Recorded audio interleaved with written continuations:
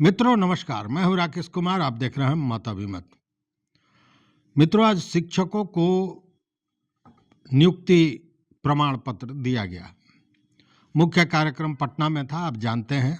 और 1,88,000 जो प्रथम सक्षमता परीक्षा में उत्तीर्ण हुए थे नियोजित शिक्षक, उनमें से 1,14,000 जिनका कागजों की सत्यापन हो गई थी, उनको नियुक्ति पत्र मिला। मुख्य कार्यक्रम पटना में था। मुख्यमंत्री ने अपने कर कमलों से नियुक्ति पत्र दिया। बाकी वो जिला स्तर पर और जो भी प्रखंड है उसके बीआरसी में इसकी व्यवस्था की गई थी। नियुक्ति पत्र दिए गए और साथ में जो पटना में मुख्य कार्यक्रम था उसको लाइव दिखाया भी गया, जो मुख्यमंत्री ने अपना वक्तव्य दिया और लोगों को सर्टिफिकेट दिया, इन सारे चीज़ों को। लेकिन बात हम दूसरी कर रहे हैं। मुख्यमंत्री ने फिर आज वही बात दोहराई जो कल शिक्षा मंत्री ने कहा था कि वो शिक्षक जो राज्यकर्मी का दर्जा ले रहे हैं वो उसी स्कूल में बने रहेंगे जहां है, चूँकि ट्रांसफ़र पोस्टिंग पर अभी रोक लगा दी गई है। फिर उसके नियमों में बदलाव होगा, लोगों के सुविधा को देखा जाएगा, उसे बहुत आसान बनाया जाएगा और तब फिर होगा ट्रांसफ़र पोस्टिंग की प्रक्रिया चालू होगी। कब होगी ये प्रश्न उठता है कि कब होगी, चूँकि इस ट्रांसफ़र पोस्टिंग से सारे लोग खुश हों ऐसा नहीं है। बहुत से लोग चाह रहे थे, बहुत से नियोजित शिक्षक चाह रहे थे कि ट्रांसफ़र पोस्टिंग हो चुकी। बहुत से नियोजित शिक्षक ऐसे हैं जो दूसरे जगह पे जाना चाहते थे और बीपीएससी के तो मैक्सिमम शिक्षक।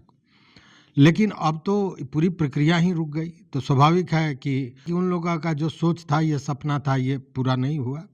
इस क्रम में पूर्वी चंपारण में भी आज 4,052 जो नियोजित शिक्षक थे उनको राज्यकर्मी का दर्जा मिला, उनको औपबंधिक जो नियुक्ति पत्र है वो दिया गया। लेकिन मैंने जो कहा कि क्या सारे लोग इससे खुश हैं, तो नहीं, सारे लोग खुश नहीं हैं। बहुत से लोग चाह रहे थे कि ट्रांसफ़र हो, लेकिन अब तो स्थितियां बदल गई। अब तो ट्रांसफ़र पर ही रोक लगा दिया सरकार ने भी, विभाग ने भी और हाई कोर्ट ने भी।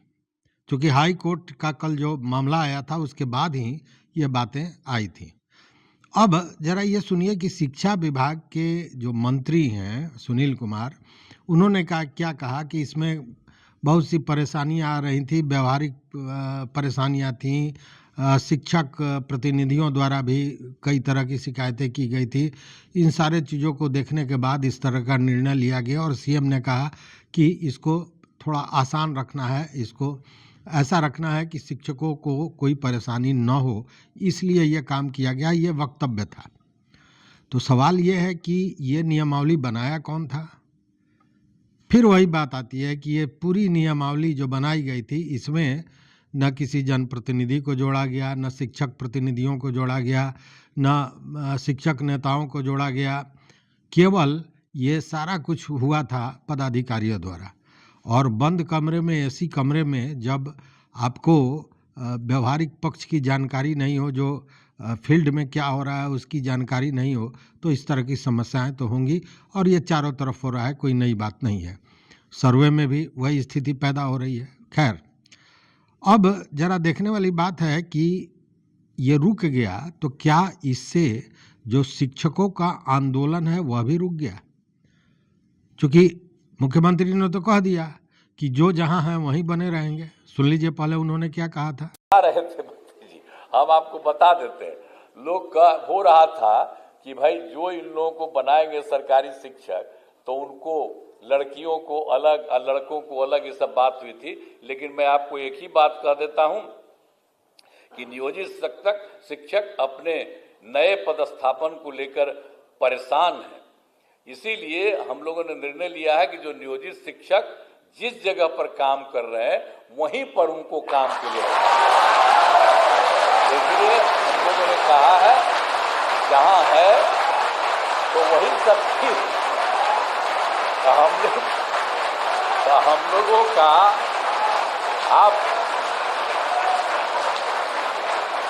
हम लोग आप सब लोगों के हक में है, क्योंकि पहले ही बना कोई तो हम तो बार बार आपको कह रहे हैं ना कि वो डिसीजन हम लोगों की सरकार थी, उसमें हम लोगों ने दिया, आप ही करिए। अब बाद में फिर अभी कर रहे हैं तो आप सबको सरकारी शिक्षक बना रहे हैं, तो सब लोग सरकारी शिक्षक रहेंगे।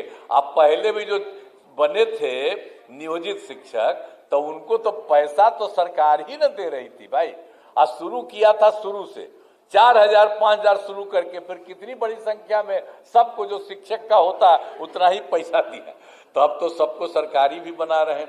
तो मुझे लगता है कि विभाग को या मुख्यमंत्री को अभी तक भ्रम है, और भ्रम यह है कि शिक्षक जो परेशान थे या जो विरोध कर रहे थे, जो आक्रोश उनके भीतर था, वो केवल ट्रांसफ़र पोस्टिंग को लेकर था। मैंने पिछले वीडियो में भी कहा था कि इससे बड़ी समस्या है और इससे बड़ी मांग है, और वो है सेवा निरंतरता का। और जब तक सेवा निरंतरता पर कोई स्पष्ट वक्तव्य नहीं आता है, कार्रवाई नहीं होती है, तब तक यह मान के चलिए कि आंदोलन थमने नहीं जा रहा है। इसको लेकर जो माध्यमिक शिक्षक संघ के महासचिव हैं शत्रुघ्न प्रसाद सिंह, उन्होंने भी स्पष्ट कर दिया कि यह आंदोलन जारी रहेगा, और उन्होंने तो बधाई भी दी कि ये जो ट्रांसफ़र वाली पॉलिसी अपनाई थी सरकार ने, उसको उन्होंने वापस ले लिया, यह सद्बुद्धि आई है। लेकिन सेवा निरंतरता की बात अभी है, और मुझे लगता है कि वो ज़्यादा महत्वपूर्ण है इस ट्रांसफ़र पोस्टिंग से, क्योंकि जो आदमी 15 बरस 18 बरस काम कर चुका है और वो स्कूल में जाएगा, जब ज्वाइन करेगा तो पता चलेगा सबसे जूनियर वो है, और जो 15 वर्षों तक पसीना उसने निकाला, जो मेहनत किया, उसका कहीं कोई लेना देना नहीं। ऐसा कहीं होता है क्या? नहीं होता है। और सरकार का काम है प्रोन्नति देना, सरकार का काम अवनति करना नहीं है, नीचे गिराना नहीं है। सुविधा के लिए सरकार काम करती है, तो यहाँ तो उल्टा हो रहा था, इसलिए ये आंदोलन जारी रहेगा।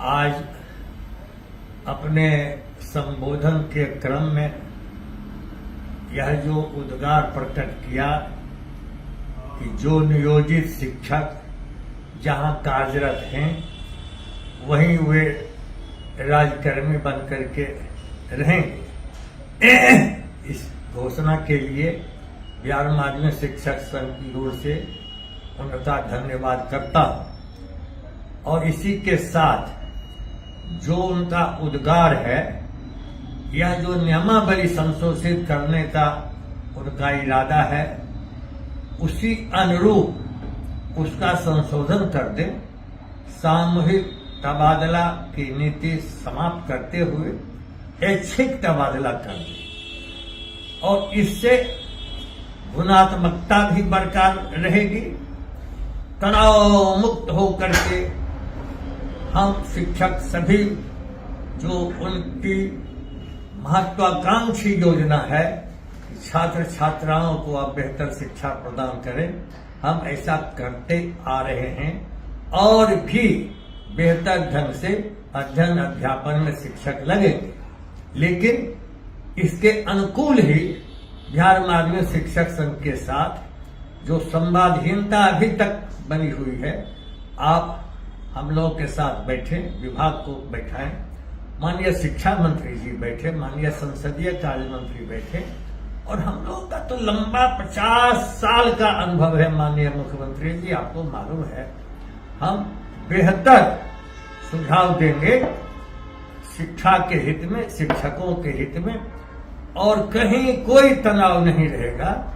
लेकिन ऐच्छिक तबादला, और उससे भी आवश्यक है सेवा की निरंतरता बरकरार रखिए। बिहार लोक सेवा आयोग से जो शिक्षक आए हैं, जो महिलाएं आई हैं, वे काफी दूर दूर तक चले गए हैं, और कुछ ऐसे शिक्षक और कुछ ऐसी महिलाएं हैं जो संयोग से सुविधाजनक स्थान पर कार्यरत हैं, उनको यथास्थान रहने दीजिए।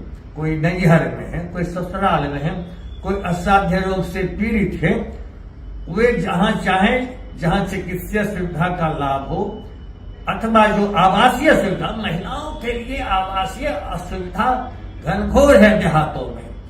आप संवेदनशील मुख्यमंत्री हैं, उनकी सुविधाओं को आप जानते हैं, आप उनकी परेशानियों से अवगत हैं, इसलिए दिव्यांग और महिलाओं पर एक विशेष नियमावली में प्रावधान कीजिए।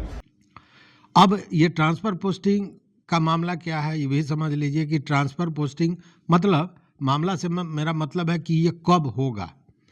तो मान के चलिए, देखिए 2-3 चीज़ें तो स्पष्ट हो गई हैं कि जब तक सक्षमता परीक्षा का 5 जो श्रृंखला है वो पूरा नहीं हो जाता है तब तक ट्रांसफर पोस्टिंग स्थगित रहेगा। और अभी सक्षमता परीक्षा बाकी है। इसको लेकर मुख्यमंत्री ने भी कहा कि इसको जल्दी जल्दी कीजिए, जल्दी जल्दी निपटाइए कि लोगों को ट्रांसफ़र हो, और ऐच्छिक ट्रांसफ़र की भी बात अब आ रही है। ये सारी चीज़ें हो रही है, लेकिन ये प्रक्रिया पूरी कब होगी पहली बात, और दूसरी बात ट्रांसफ़र पोस्टिंग कब होगा, चाहे जहाँ भी हो, ऐच्छिक होता है नहीं होता है ये तो बाद की बात है। हालांकि इस तरह की चर्चाएं हो रही हैं, कहा जा रहा है कि अब शिक्षकों की सुविधा का ख्याल रखा जाएगा, ऐच्छिक कराया जाएगा, लेकिन मेरा ये कहना है कि होगा कब। तो ये मान के चलिए कि अब ये जो ट्रांसफ़र पोस्टिंग का मामला है यह चुनाव के पूर्व तो नहीं होने जा रहा है, क्योंकि कितना भी जल्दी करेंगे तो अभी सक्षमता परीक्षा बाकी है, वो परीक्षाएं पूरी होंगी, उसका रिजल्ट होगा, और उसके बाद में सारे लोगों का जब सत्यापन हो जाएगा कागजों का तब ट्रांसफ़र पोस्टिंग होना है। दूसरी बात कि ट्रांसफ़र पोस्टिंग का जो आग लगा हुआ था, जो विरोध था, जो आक्रोश था, सरकार कभी नहीं चाहेगी कि चुनाव के पहले फिर वो आक्रोश पैदा हो। इसीलिए ये मानी हुई बात है कि अब जो लोग चाहते थे ट्रांसफ़र पोस्टिंग, खासकर बीपीएससी वाले, वो तो निश्चिंत हो जाएं, चूँकि अब चुनाव 2025 में जो चुनाव होने जा रहा है उसके पूर्व ट्रांसफ़र पोस्टिंग नहीं होगा, ये जानी हुई बात है। और अब एक सवाल उठता है कि ये जो शिक्षक प्रतिनिधि थे, जो विधानमंडल के सदस्य थे, 12 लोग, गिनती बार बार नीरज जी भी उस दिन बता रहे थे इंटरव्यू में अपने कि हम लोग विधानमंडल में हंगामा करेंगे। तो क्या अब ट्रांसफ़र वाली बात जब स्थगित हो गई, रुक गई, तो क्या वहाँ हंगामा होगा, यह भी एक प्रश्न है। तो इसका भी जवाब है कि हंगामा तो होगा, चूँकि वो तो राजनीतिज्ञ हैं, उनको करनी है राजनीति, और उनको मुद्दा चाहिए। मुद्दा तो बना बनाया है, और वो मुद्दा किस चीज़ का है, तो सेवा निरंतरता का। तो आप देखिएगा कि फिर इस बार जो विधानमंडल की बैठक होगी, सभा होगी, उसमें यह मुद्दा ही गहराया रहेगा और साथ में ऐच्छिक ट्रांसफ़र की बात भी चलाई जाएगी। तो ये चलेगा, और इसलिए चलेगा कि वो राजनीतिज्ञ हैं, अगर मुद्दा ही छोड़ देंगे तो राजनीति उनकी चलेगी कैसे। तो राजनीति होनी है, लेकिन शिक्षकों के लिए, और खासकर वैसे शिक्षकों के लिए जो अपने घर के अगल बगल में थे नियोजित शिक्षक, वो नहीं जाना चाहते थे कहीं, उनके लिए तो बहुत बड़ा विषय है, बहुत बड़े राहत की बात है। लेकिन उन शिक्षकों के लिए यह परेशानी का सबब है, और ख़ासकर उसमें बीपीएससी शिक्षक हैं जो घर से बहुत दूर फेंक दिए गए थे, रैंडमली हुआ था, कंप्यूटर से उनकी ट्रांसफ़र पोस्टिंग की गई थी, कोई 200 किलोमीटर, कोई 400 किलोमीटर दूर है। तो उन लोगों की परेशानी अभी बरकरार रहेगी। हालांकि उनको इस घोषणा से बहुत संतुष्टि हुई हो, खुशी हुई हो, ऐसा नहीं है। उनको उनकी परेशानियां अभी बरकरार हैं, और अभी मुझे लगता है कि 2025 के चुनाव के पहले ये कुछ होने नहीं जा रहा है, मतलब कि उनकी परेशानी रहेगी, अभी बरकरार रहेगी। लेकिन इतना तो तय है, ये मान के चलिए कि जो शिक्षकों का प्रॉब्लम है, यह प्रॉब्लम तब तक नहीं सुधर सकता है, जैसा शत्रुघ्न प्रसाद सिंह ने कहा कि सरकार को चाहिए कि शिक्षक नेताओं से, शिक्षक के जो प्रतिनिधि हैं, संघ के प्रतिनिधि हैं, उन लोगों के साथ बैठकर और तब इस पर वार्ता करें, और तब कुछ नियम उस तरह का बनाया जाए। लेकिन होता क्या है कि ये जो ब्यूरोक्रेट्स हैं, ये अपने सामने किसी को मानने को तैयार नहीं है, और उनको लगता है कि शिक्षक नेता, और ये भी शत्रुघ्न प्रसाद सिंह जैसे लोग, रिटायर्ड लोग, ये लोग हमको क्या राय देंगे, जबकि उनके पास जो अनुभव का धन है, जो अनुभव उनके पास है, वो अनुभव इन लोगों के पास कभी नहीं होगा। इसलिए कि ये जो शिक्षक हैं, इनके पास वो अनुभव है जो उन्होंने झेला है, क्षेत्र में झेला है, स्कूल में झेला है, छात्रों की परेशानियों को जानते हैं, अभिभावकों के परेशानियों को जानते हैं, शिक्षक के परेशानियों को जानते हैं, और उनका जो अनुभव है व्यवहारिक अनुभव है, उन्होंने भोगा है तब उस अनुभव को प्राप्त कर लिया है। और यहाँ एक सोच पैदा होती है, कुर्सी टेबल पर एसी चैम्बर में बैठकर एक सोच लिया जाता है कि इस शिक्षक को वहाँ ट्रांसफ़र कर देंगे, घर से दूर हो जाएगा तो पढ़ाई अच्छी होगी। तो इस तरह की सोच जब तक रहेगी ये परेशानियाँ बनी रहेंगी। लेकिन तत्काल राहत तो मिला है, लेकिन अब देखना है कि इस राहत के बाद जो शिक्षा मंत्री भी कह रहे हैं, मुख्यमंत्री भी कह रहे हैं कि शिक्षकों के सुविधाओं को देखते हुए नियमावली बनेगा, तो वो क्या बनता है, कब बनता है, यह देखने वाली बात होगी। तो इस वीडियो में बस इतना ही। देखते रहिए मत अभिमत। मित्रों, चैनल पर नए हो तो निश्चित रूप से सब्सक्राइब कीजिए, लाइक कीजिए, दोस्तों के साथ शेयर कीजिए और अपना विचार जरूर दीजिए। बहुत बहुत धन्यवाद, बहुत बहुत धन्यवाद।